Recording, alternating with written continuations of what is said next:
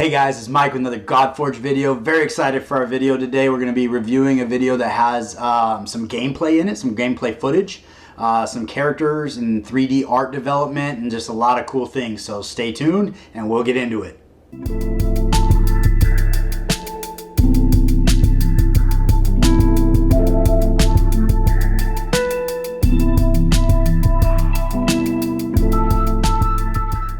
Before we get into the video today, I just want to thank everybody for the support. It has been amazing and very fun. I appreciate all the comments and so forth. So thank you guys very much.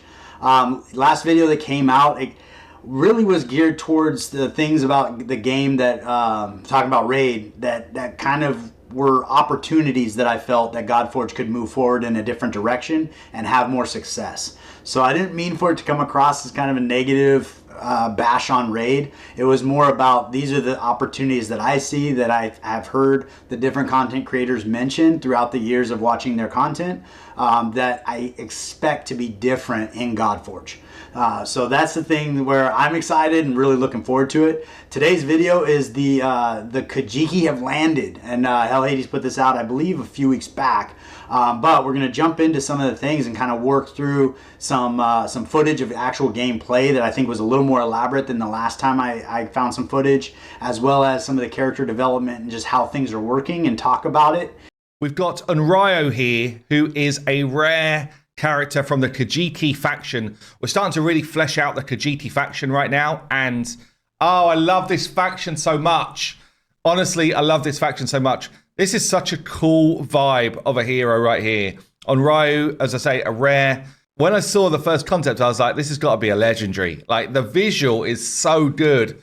It's almost got like the Ring vibes, you know, someone pulling out the TV, that type of thing. But yeah, I love this kind of like spooky look. You've got the claws coming through. I love the kind of like vibes around, maybe we could just tilt the head down, give her this kind of cold stare. Yeah, really, really cool. So Unryo looking really great for the Kajiki here. So I love his passion, his excitement about the artwork coming into the game, and I think he brings a lot of that to everything that he does.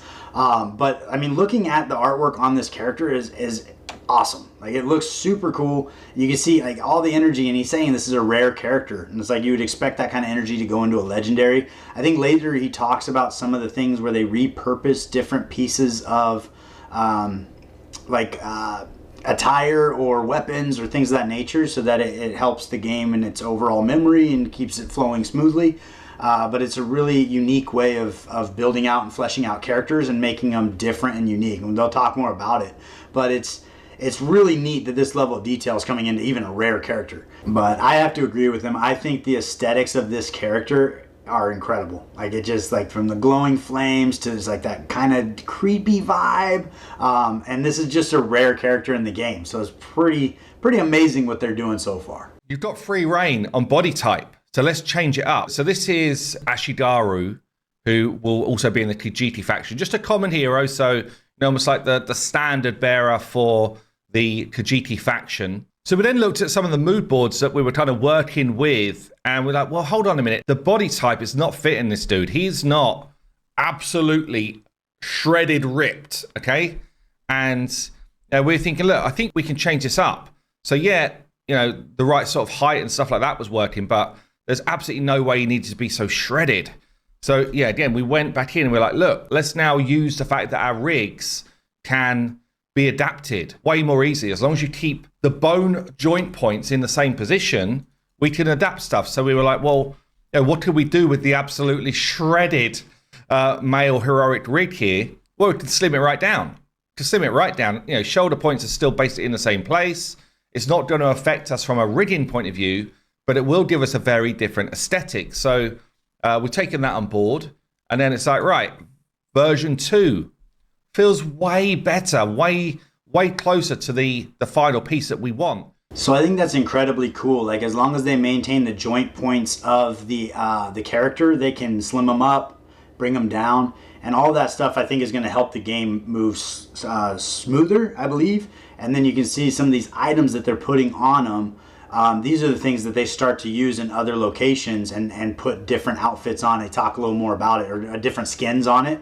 But you don't have the regurgitation of characters that you do like in Raid, where you have, I can't remember, Cold Heart has another rare character that has the exact same format, just a different skin. And you do see a lot of different characters that are used with just slightly variations of color or whatever the case is in the game of Raid. It sounds like this is going to be significantly less likely to happen in GodForge, where every character will be unique. And then I think as they move into the legendary, epic and legendary characters, they'll have more and more unique features to them. We want diversity in character visuals, okay, as much as we can without costing the absolute earth, okay? And that's important as well. We have to be able to actually release this game.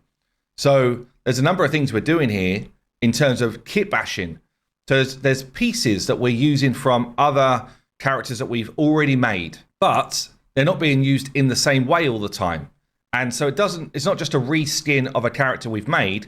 They're all unique characters, but we're being just clever with some of the pieces that we've made. We'll retexture those pieces anyway. So there's absolutely like zero chance you would know it's the same unless you watch this video, honestly. So you take a quick look at this, you see like the shoulder straps coming from a completely different character from the samurai body armor. The handguard is coming from the samurai arm armor. The sandals are coming from Musashi. So that's kind of a fun aspect. You're kind of getting a little bit of information going on with some of the characters coming in. Chest armor is coming from Tomogozen. And I'm going to struggle with names. It's always a struggle.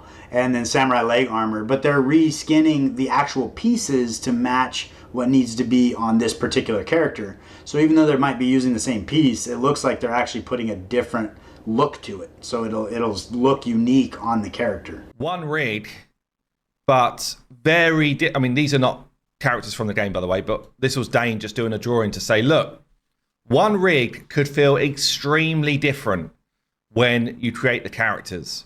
And they're all going to be using the same rig proportions, but they will look and feel very unique. Obviously, he's done like an alien dude here and all sorts, but it does give a really good kind of like profiling of, you know, why these kind of art leads are pushing in the way they are, because we can do some really cool stuff, honestly, just with the same initial designs. So really like that. So I did want to reiterate, he did say these are characters that are not in the game. These were just examples of what the same rig, how you could outfit. So you can make the head smaller or bigger. You can make, body mass index adjustments and just completely change up what the character could look like on the same skeletal structure. Right, let me show you one more. No, I just went into like a 3D that's being made, which is Kate Sif here. So it's another one of our creatures. Michaela does our creature design, and she is absolutely phenomenal. So this was like the initial concepting that was done. And you can see here, just on day 2, this is day 2, basically molding clay. That's what I would say the kind of like block out phase is. And just starting to get the right shapes in place. Obviously, there's a whole bunch more to do, but this what was an interesting one. I do love it when the creatures start to come through as well. So yeah, Michaela doing a great job here. I mean, looking at these creature models and artwork, I just get more and more excited for this game to come out. Like, the attention to detail is immense. Like, I think that looks awesome. It looks super fun. We get into gameplay in a little bit, but right now, just looking at the face, the eyes, the ears. Let's look at one more concept, and then I'll show you a finished 3D. So this here is Volk Old Lack. Oh wow, I'm going to struggle with names. I'm going to tell you that now. Heavily struggle with names for most of the rest of my life when it comes to what we're doing, because it's intense. I'm not gonna lie. Okay, let's go into the mood board here for Volkalak. So he's going to be in the Slavic faction, a brawler, a rare hero.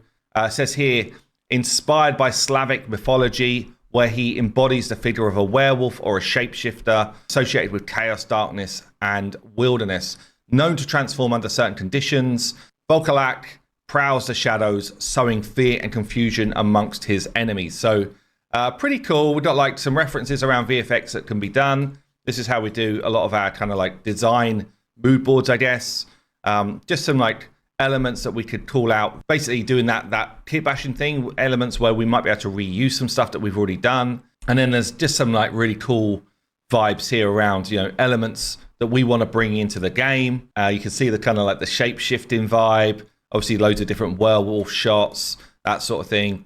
assets that we already have made or own that we might be able to reuse if we want to. Again, rares, uncommons, commons get probably a lot more reuse, whereas epics and legendaries get a lot more just like one-off unique items. So once the mood board has been done, then sort of move on to initial concept in here. Again, we were like, do we want to go straight werewolf, or is there going to be some sort of clothing as well, or like this jacket? Very, very cool. So Dane then jumps in. He's like, the coat and no coat versions are both pretty cool. Ultimately, I think the coat one works a bit better for the faction. I do like the layers though, with the white shirt. So yeah, just giving some feedback. So again, then Esther kind of comes up with a next version, just gives you the kind of like side profile as well, because it's going to be using the same rig that we're actually using for the satire. So yeah, this kind of like creature rig, but obviously from the front feels a bit more humanoid, I guess. Again, bit more work, bit more kind of like referencing around some different elements that we can utilize, with some kit bashing notes here, Dracula's cape, for example. But it's literally just like a small piece of it. That's the cleverness here, is it just saves time. We end up with final design, which is really cool. So part of the Virage faction here, which is like the Slavic based, or those regions. So going back to what he was talking about reusing some of the items for the different characters, a little more in the rare and the uncommon and common characters, and a little less in the epic and legendary. I think that's going to add a really cool feel for the epic and legendary characters, and almost make them feel more special. It's kind of a subtle thing, but I think it will make a big difference when you get an entirely new character versus a legendary version of a skin that you have as a rare.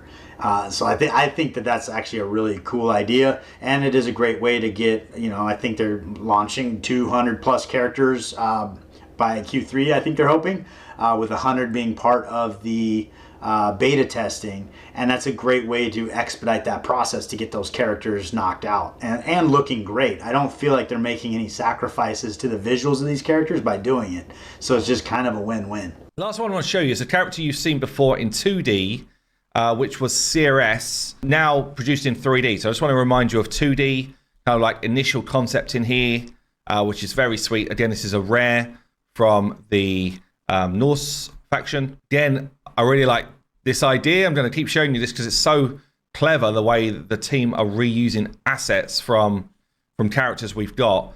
And sometimes it's so small. Okay, so it's like, oh yeah, we can reuse this little piece here to create this. Different texture, different color. We can reuse some of this kind of like shoulder material here. We can reuse some of the crystals from Hell here and here. It's just extremely cool. We can reuse this little bone thing from Artemis and put it here as a weapon. Like, very, very clever use of our assets that we've already got. And as I say, in a way that people would not really know. And then she's kind of put some of the different tattooing for the artist to just have reference to when we get to the 3D stage. So we then get to Olga taking this one on. And Olga kind of produces the initial block out here. And we start to get some colors in. Again, just kind of making sure the proportions are good, the general feel is right. Starts to do a lot of work on the face, which honestly is very cool. I do love this one. Again, for a rare hero, lots of attention to detail. Start to get some of that coloring done and really starting to get the vibe right, front and back views here. Start to push things like the low poly, but now you start to really get a feel. Look at the vibe we got going on here from CRS. Honestly, when you'll see the finished model in a minute, when I saw the finished model, I literally said to the guys, maybe we should make her one of the starter heroes because I liked it so much. Like, it is really, really good vibe. And we end up, so obviously we go through things like low poly and a bake down, but we end up with this. Now, it's in a very cool kind of like dark setting and stuff like that. So we'll see it like this, I guess, sometimes in game. But yeah, just such a cool finished piece. Yeah, honestly, one of my favorite rares, at least, that we've seen so far. So I hope they make this a starting character because she looks amazing. Like, she looks super fun. I mean, it'll really break down to what's in her kit. Because the characters themselves, I mean, they can look great, but they could be straight garbage, depending on what they're doing. But I think that the way that Raid launches you with 3 or 4 different starting guardians where you can kind of pick and choose, and they all do different things, but they're all going to be fair. They're going to help you with your success. I think that's going to be something that we're probably going to see here with GodForge. There's going to be a lot of thought and interest put into what guardians that we have to choose from at the beginning and what is in their kit to make sure that we are able to progress through the game. Regardless of who we choose, chances are there will be a good choice, a better choice, and a best choice. But no matter who you pick, and the first time I started my account, I actually started with Gaelic.